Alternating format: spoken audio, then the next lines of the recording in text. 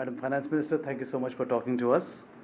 Let me begin by congratulating you for becoming the longest serving Finance Minister of India. And on top of that, you have presented the 9th straight budget. So that's a great achievement. Thank you very much.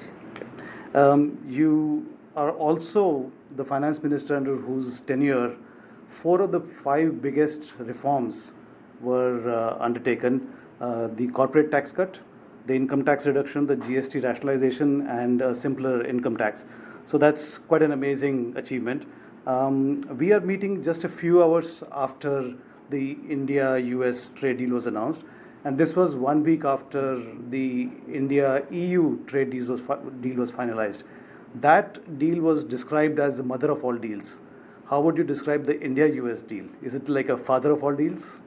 Well, first, the announcement since after yesterday was on tariff reduction from the 25% and over and above that some punitive 25%. It's come down to 18%. It's a very good news. So it's reduction in tariff. Yes, but there is also talk about how the trade is going to be increased between India and the United States. President Trump has talked about $500 billion of trade that will be, So that's, but the details will have to be announced and worked out.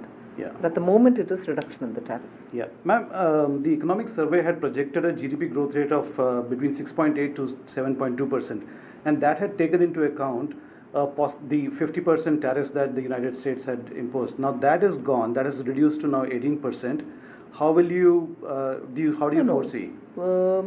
There's no specific taking into account that 50% or anything. We'll have to see all these global challenges were kept in mind when we prepared the budget. So, but do you now foresee GDP growth? I guess the exports will again get back and also have newer areas which they scouted out in the last few months. Sure. So our exports actually will pick up now is my expectation. Other than having found new markets where they will continue to be, it's a good augury for them. Yeah. So at least the 6.8% is the lower end of the band. 7.2% is the higher end. So do you project that to be 7.2%? I'll watch a bit more and then comment on that. You're being very cautious. You have said that this budget that you presented, will meaningfully boost growth, right? So what is the government's own assessment of how the growth will pan out? Assessment of the growth. Because of the tariff reduction. You're still on that? I'm still on that. Well, as I said, I'll have to watch how this is going to play out. Yeah. I was actually going to ask you a few more questions on tariffs, on the US tariffs, but if you want, we can move to the next topic. No, on this, as I said, there's been one announcement. We'll have to see how the details work out on this. Just one, I'll just insist on asking you one more question. How will it affect the consumers? The reduction in tariffs, obviously, is going to make goods coming from the United States cheaper. So that is when you're talking about the trade deal. Trade deal, yes. This is about 18% which is being imposed on our exports. Correct. So goods from India going there is what is being talked about now. At the same time, President Trump has said that 0% tariffs. That is why I'm saying you're picking up on lines on which we cannot speak at the moment till we have the actual details before us. Right. I want the expanse of details in all its exhaustion. Fair enough. Let's come to that point and talk about it. And the Commerce Minister is going to be making a statement, That's so right. we'll wait for that. Yeah. And you have given a budget that is actually being talked about as laying the pathways for Viksit Bharat. It's a very growth-oriented budget. So, and at the same time, you have not given into the temptation of giving populist measures. How was that decision taken? Was it a difficult decision? No, absolutely not. We were looking at, as I think the PM said it very clearly, this will be the first budget for the next quarter of 21st century.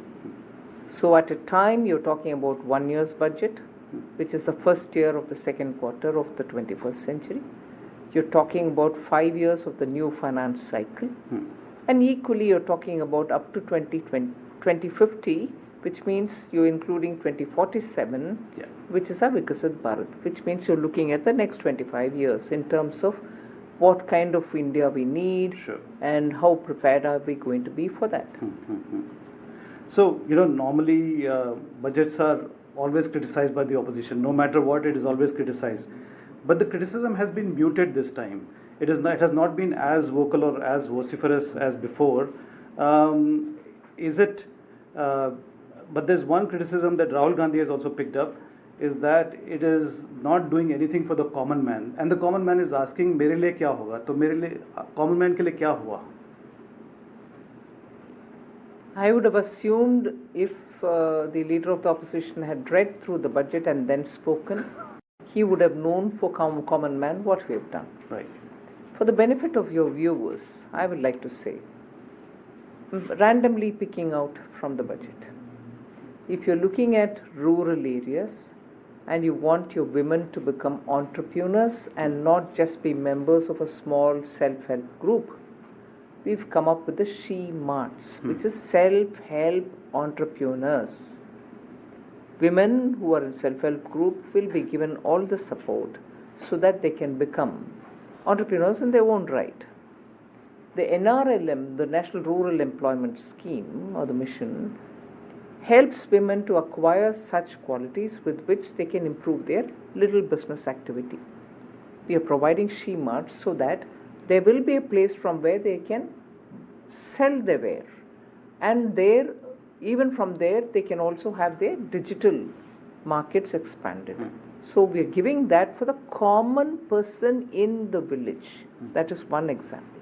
Second, when we are saying, along with the national waterways which we are developing, we will set up institutes of excellence in waterways related services, boat repair, maintenance, boat making.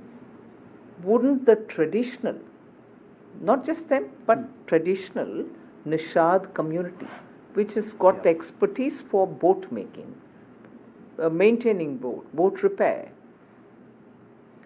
and operations, won't they benefit because of the Institute of Excellence, which are going to be all along the waterways that we are planning? Second. Third, when we say rural areas, girls find it difficult to take up STEM sciences. And because it demands more time to be in the colleges or the labs and so on, so we will come up with one hostel at least in each district of the country. Who is it going to benefit? Certain diners or ordinary Indian citizens who want their children to go and study somewhere in the neighborhood college, but they don't have the facility there to accommodate and make a safe staying place for the girls. Who is it going to benefit? Another example. Third, we've announced big time help for animal husbandry, for keeping the milch cows, for making sure the health of your livestock is better, veterinary surgeons, veterinary doctors moving around, veterinary labs which will test the samples and so on. Are they going to be run by big businesses or are they going to be run by local people? Is that animal husbandry, animal keepers of the rural areas are not big businesses? Are they not common people? Another one example. Our youth today, or for that matter, any job which requires people to come and service them for greater AI application in their businesses, need people to work to get some tools from using AI which will be helpful for them. Let's say, for that matter, farmers. We have announced that using drones, using space, satellites, we look at the density of the crops, we look at the crop extent, we'll test the soil. Who are going to do all this? Our youth? Youth largely living in rural areas? For that, we have announced that at district levels, we will invest in the ITIs, which are not premium institutions like IITs. In the ITIs, we will invest hardware and software and make ITI in one district the hub and ITIs in the nearby districts will be attached to them as spokes. So in a district, for instance, let's take example of some cities which specialize in some products. Like for instance in Uttar Pradesh, their 80 districts have 80 different one district, one product program. If technology and particularly AI is got to be helping them, the youth of that area should be able to devise from AI such tools which will help them in agriculture for productivity, in estimating what will be the output, AI for better productivity. In another place, it could be small town where they are producing power tools or small time equipments and so on. AI again, who are going to run these AI? They are going to be rural youth. And who are we training in these district hub and spoke models? Youth. Are these not common people? And when we say we have brought in textiles, apparels, and also leather, footwear, shoe uppers, for all of which we are coming up with programs and also coming up with bettering the legacy SMEs, clusters which had SMEs. Are they big businesses who are located in these SME clusters? No, they're common people. I think very often we forget that the common people are not just middle class people but also the rural folk. And who are running these MSMEs? They're common people. My neighbor, your neighbor, they run small units. MSME contribute 40% of India's exports. But they're small people spread all over. The program to help MSME is aiming to support them. Are they not common people? Sure. One other remarkable thing about the budget was that you did not mention any of the 4 states that are going to polls, which is quite a departure from No, I have mentioned them. They are not getting any SOPs. I have mentioned them and I have given them good projects, solid projects. Rare earth corridor in Kerala. Rare earth corridor in Tamil Nadu. High-speed rail to Tamil Nadu. Not in election mode. They are election mode states. West Bengal, Durgapur, and the waterway is going from there, from Dankuni to Surat, east and west corridor. Siliguri gets connected with trains. Are they? And the waterway is also passing by some of the parts of Bengal. Is Bengal not going for election? I've named them. But I don't know what they expect me to do in a 90-minute. And if I speak longer, even that upsets. Finance Minister with the logger speaking record. No. In the 90 minutes, I've named so many states. And every state which is going for election, I think, I didn't mention Assam. Let them praise me for that. It's been ruled by BJP. We have not spoken about them. But I've mentioned all of the states. And states which are also not going to election. So all of them are found mentioned. I'm sure. Several analysts have described this budget as a steady and staid budget. So was it a conscious decision to prioritize stability over stimulus? But isn't the message of Prime Minister Modi's third term a message in stability? People want stability, and that's why they elected him for the third time. And people want stability in policy, and that's why Modi ji always emphasizes on no ping pong of policy. You make sure that you announce something and you keep steadily at it. So message of stability is essentially what Prime Minister Modi wants to convey to the people, because they gave themselves a mandate of electing him for the third time. Stability is inherent in that vote. Stability is inherent in this execution of policy through the budgets. Okay, I wanted to ask you about fiscal deficit, which is projected to be 4.3% in FY27, which is only marginally lower than last year. And this is probably the slowest pace of fiscal consolidation in 6 years, I think. So you think the phase of sharp fiscal consolidation has ended by now? Also because I think the level at which we were, 9.2, and we had given a commitment that will come down below 4.5, and that's where the path was determined for me. Now I'm able to see if there is a possibility to give greater stimulus, I will have the option to do that. Yeah. I can still take it even below 4.3, but I'm giving my destination. Yeah. The revenue expenditure is already quite compressed, and a pay commission is expected to be implemented from next year. So, where will the future fiscal adjustment come from? That is going to be a huge bill. Yeah, You've got 50 lakhs or so employees will need. We have taken that into cognizance. So, can you elaborate on where that will come from? Well, revenue is being. I think I've given the detail of what I'm going to do in terms of revenue generation. We'll also have greater emphasis on disinvestment. So there are non-tax ways in which we can earn more revenue, but tax buoyancy can also increase by widening the tax base, for which a lot of effort is happening. The nudge program which the boards brought in is paying some results. Right.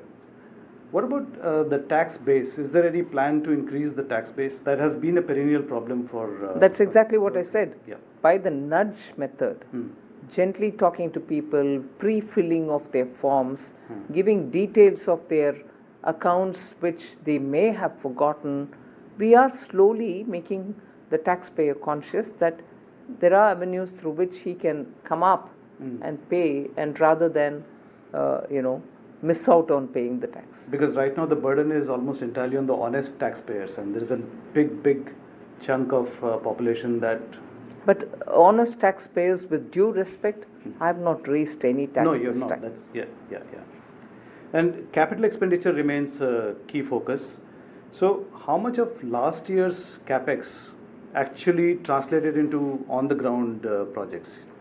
Capital expenditure is one of the success stories that you can say of this government, because steadily from after COVID, both the public sector route of the CPSC is doing their own, and the budgeted provision being given to different departments, that I'm talking of the central government, have really shown the result, the remarkable change in infrastructure. But equally appreciable is the role of the states, for whom we are giving 50-year interest-free loans, which are loans, but actually after 50 years, it'll be almost as good as a grant. But states have utilized them attractively, and they have absorption capacity for more. And you see signature projects coming out in very many states using this. So overall, the capital expenditures idea of widening the capital expenditure, bringing more money into it, even though borrowed money, is yielding the result. Did the budget send any signal to the private investors who still remain cautious? No, private investment is happening. You can see early signs of it. I would think it will only expand now. Because most economists are arguing that the government can only do so much, and the private investors must come and take over. There has to be a greater impetus from the private sector.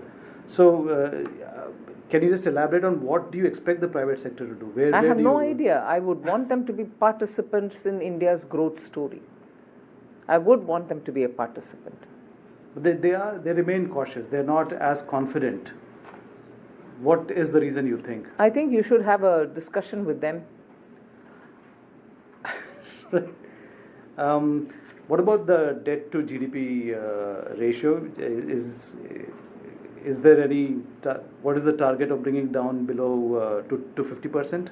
I've already given the destination. By 2031, we should be 50% or plus minus 1. And we will be moving towards that target from now. Although there is very little room for spending cuts, right? But keeping that in mind is where I've given the number. I wanted to ask you about the rupee. Since yesterday, after the tariff cuts was announced, the rupee has recovered by about 1.5. It was still, however, the worst performing currency in Asia in all of 2025. And with the US deal now, and now that the rupee seems to be gaining strength, do you think that the rupee has got a better future? Is it slightly undervalued?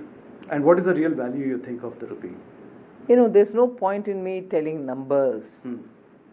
But once the flow of capital comes into the country back again, there are interests being expressed by Canadians and Norwegians and so on. But if large fund managers are waiting for some improvement in the ecosystem, and they will now come since after yesterday, is an expectation which many people have, I'm sure the rupee will also strengthen. So what was the reason for it to reach 92? There are several reasons, largely extraneous to domestic politics or domestic economic condition. Your macroeconomic fund, Ananta Nageshwaran in his economic survey has defined it nicely. If a macroeconomic situation of a country is very good, but the currency alone is a challenge because of its fluctuations, it is coming at a time when the global uncertainties are so severe. But even despite that, if our macroeconomic fundamentals, macros are fine, still if funds hesitate to come, it certainly is facing that kind of a delicate situation, which I think will improve now. Okay. Now, I did say that the criticism to the budget was muted, largely by economists and observers. Politically, there was the usual criticism. Uninformed maybe. Rahul Gandhi called it blind to India's real crises. And he also accused the government of ignoring unemployment, rural distress, and slowing manufacturing. How would you respond to that kind of criticism? Haven't I given you the answer for it? I would just like to, for you to elaborate a bit more on that. I'm giving credibility to an allegation which has absolutely no basis. I would like him to give exactly specific gaps in the budget to prove each one of these things that he's throwing at the budget. I challenge him on it. When I've explained it to you to say how it is looking at youth being trained, youth being given opportunities to become entrepreneurs, and making sure AI is not missed out on all these things, where is he coming with these arguments? Please ask him to highlight any paragraph which reveals any of this. That was yesterday. Those criticism came yesterday. Today he has again launched an attack on the government after the tariff reduction announcement, saying that Prime Minister Modi has sold out India and sold out the blood and sweat, the tears and sweat of the farmers. He is obviously implying that the agricultural goods that will come into from United States will attract 0% tariff. So it is a sellout.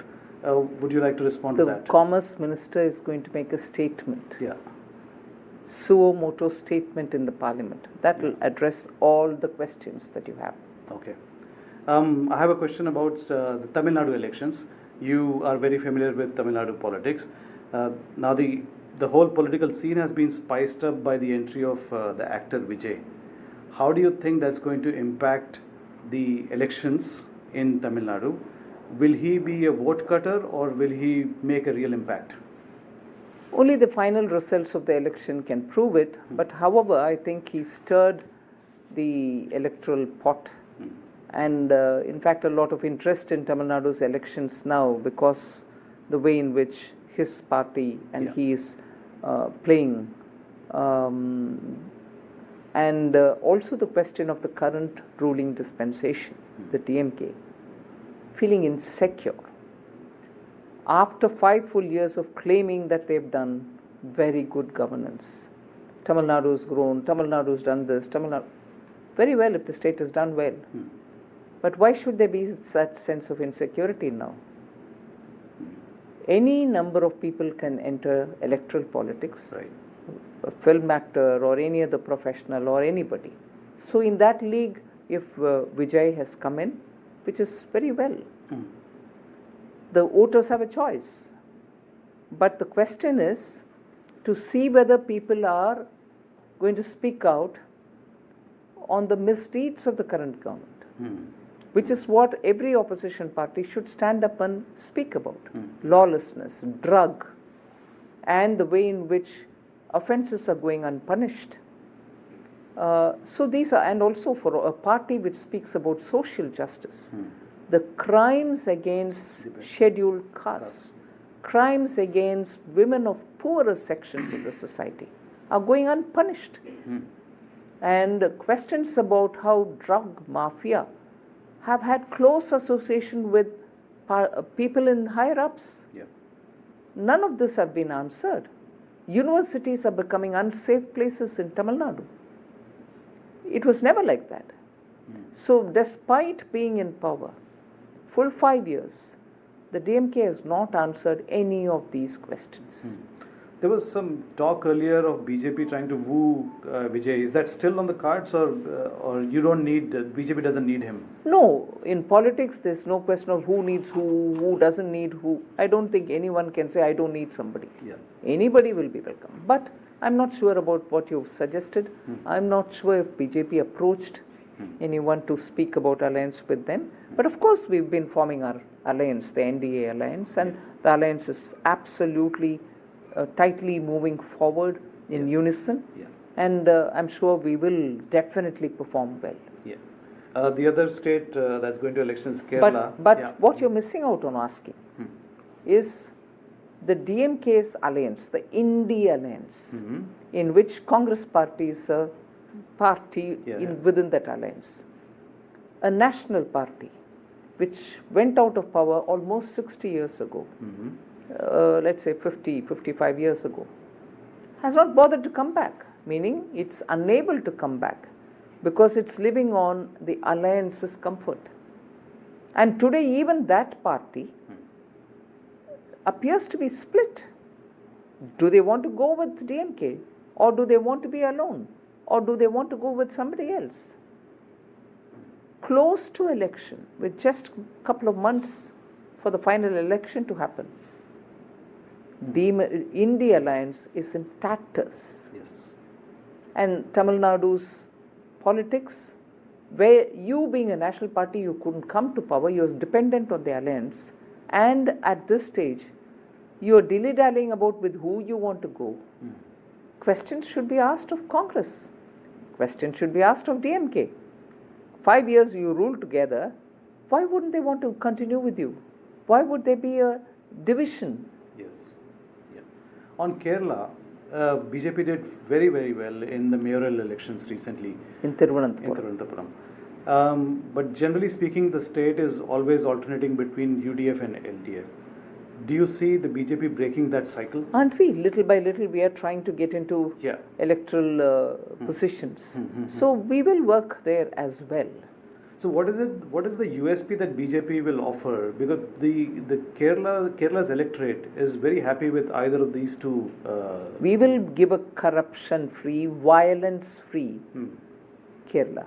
You saw Satchidananda Masterji in Rajya Sabha speak. In fact, he didn't have to speak. The fact that he showed the violence which resulted in both his legs, knee down, being chopped away, and he being left for dead, is the Marxian violence, the CPM violence. It is that lawlessness which CPM promotes when it is in power. And that is a sharp contrast. A teacher, Sadanand Masterji, is a teacher. You chop his legs off. Defenseless, he gets off a bus, you just pull him. The violence of the Marxists when it comes to finishing off opponents. Ideology, you can debate. If there is a difference in the opinion between you and me, I can't decapacitate you. That's the violence of communists. Not just Kerala, the country should be rid of that kind of a violence. The left-wing Maoists who are rampaging in Chhattisgarh and others who have come to a conclusion, we have dealt with them formally. Home Minister has done excellent work in bringing the left-wing extremism in Naxal-affected areas to a conclusion. But here are the friends of these who perpetrate that kind of a violence. In English, there is a saying that there's many a slip between the cup and the lip, and the BJP has done very well in most states in India. has been, exponentially increasing its strength.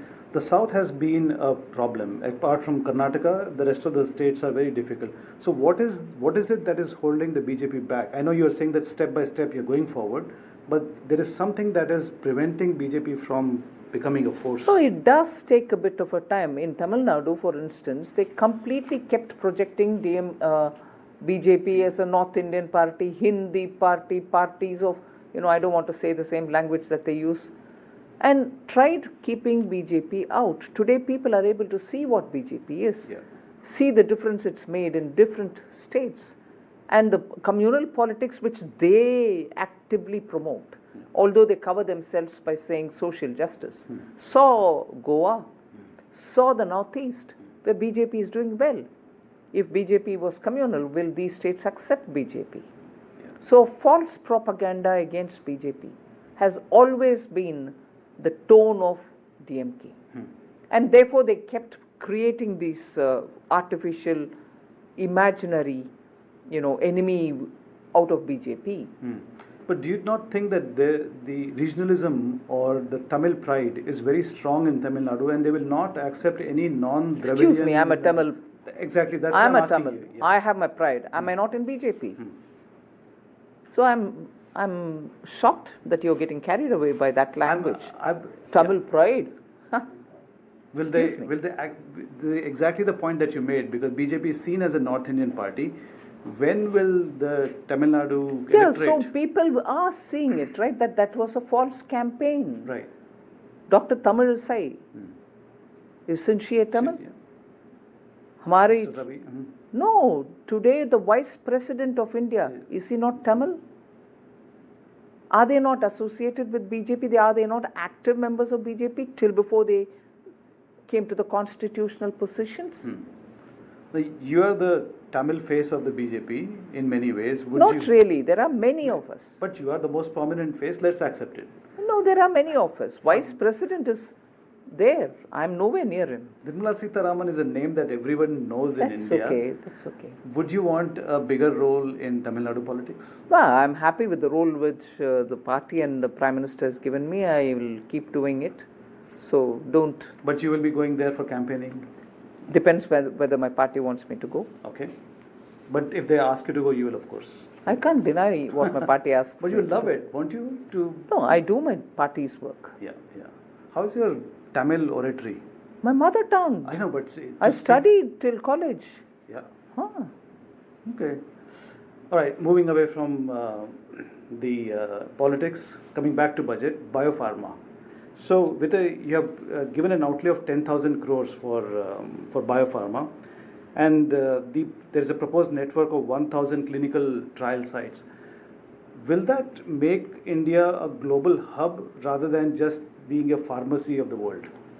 No, but to start with, if this is done for biosimilars, and there's more required to be done in terms of R&D, it takes a long time to come out with a biosimilar for dealing with diseases. It's a long haul. We have to be doing this. We should have done it even a few years ago. We are doing it now, and we are doing it in a big way now.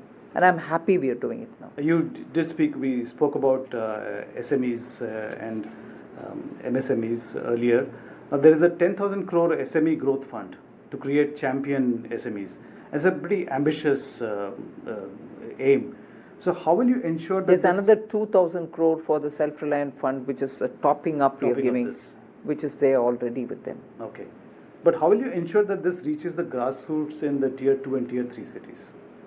Well, that is a governance related issue. We'll have to have monitoring mechanisms very well in place in the departments concerned. And above all, Prime Minister himself every month once talks with the district administration to know through the Pragati program, to know how is the progress of any one particular scheme, and if there are any shortcomings, is there anything that he can do at his level. So that's how close he takes each of the programs for the last mile. And therefore I think the execution will happen well. There's also this concept of corporate mitras that you... Yes. That's this more to help the MSMEs yeah. so that they can have affordable guidance from Correct. people who are trained as cost accountants, chartered accountants, who can help them. So how do you institutionalize this without adding another layer of bureaucracy? There's no bureaucracy in this. It is going to be these institutions which are constituted by law, Chartered Accountants Association of India, and also these cost accountants. Yeah. All of them are going to design the curriculum, make people pass through them, and therefore be able to eligibly do the corporate mitra job. Right. You've also proposed a high-level committee to review the banking sector. Yes. Yeah, is the goal a new wave of public sector mergers? I'm not sure you should narrow it down like that. It is for India's banking sector to be made big enough in the sense made or primed to take care of Vikasit Bharat funding. You have to reach Vikasit Bharat destination. It needs money, it needs financing, it needs credit, it needs banking facility to reach the common man. Yeah. So we want the committee to tell us what are the kind of things we need to do so that banking is made available for funding Vikasit Bharat. Can you give us a timeline of when the committee will be set up? What will be the terms of earliest? reference? We'll do it at the earliest. At the earliest, meaning in the next 1 month or 2 months? Or no? There's also an announcement to restructure the Power Finance Corporation and RECs. It's a very significant announcement. So is a merger on the cards? A lot of work has happened in the ministries concerned. They've come up with this expectation. Let's see how they play it out. What about raising the FDI in public sector, FDI cap in public sector banks? There is a great appetite for Indian equity. Are we looking at a uniform 74% or even 100% participation? At the moment, I'm not thinking about it. There is also an announcement related to the orange economy. The large portion of the ecosystem consists of these freelancers and gig workers. So is the Finance Ministry looking at a specific tax simplified structure or a social security scheme for these workers? No, I'm not talking about gig workers. I'm talking about the orange economy. 1,500 labs will be set up in schools. Okay. So that children can get trained in ABCG or animation, videography, and gaming, cartoon, and so on.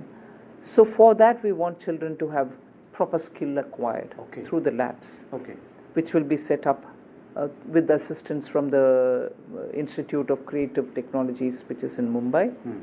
And 500 colleges also simultaneously will have these facilities. If there's one criticism that came from the economists and the analysts was the STT. That actually affected the market, and the market has recovered now, but the reason for this tax is a little confusing or not very clear to people. Why, on the one hand, you want to promote trade, and on the other hand, you are imposing a tax which actually brings down the trade, which actually inhibits the futures and options trade. Futures and options. A study revealed more than 90% of them who are entering the futures and option market have lost money hugely. Okay. Finance Ministry has been receiving calls from people to say, will you not do something to deter people from going further into this? It's not for revenue considerations. Yeah. Like as they say in Hindi, satta was happening there. Satta Bazaar was happening. We realize that, yeah. And therefore we had to take some action. But is this the best action that you could think of? Isn't it better to maybe... allow them to lose money and then say we are liberal, we don't want to touch the market? No, restrict the kind of people who can actually trade. I mean, that's also a restriction, right? Restriction of some sort. It also affects people who are actually genuinely adept at this. It may be so, but majority, when government does something, it does keeping the larger number of public, not those exceptions. Final question. RBI monetary policy is just around the corner. So what signals has the budget given to the Monetary Policy Committee? We don't give signals at all. Is there room for more rate cut? No, we don't give signals to the Monetary Policy Committee. We'll wait and see what Officially you don't, but yes. No, I don't give any signals. Great. Thank you very much, ma'am, for taking so much time. Thank you. It's a pleasure talking to you as always. Thank you very much.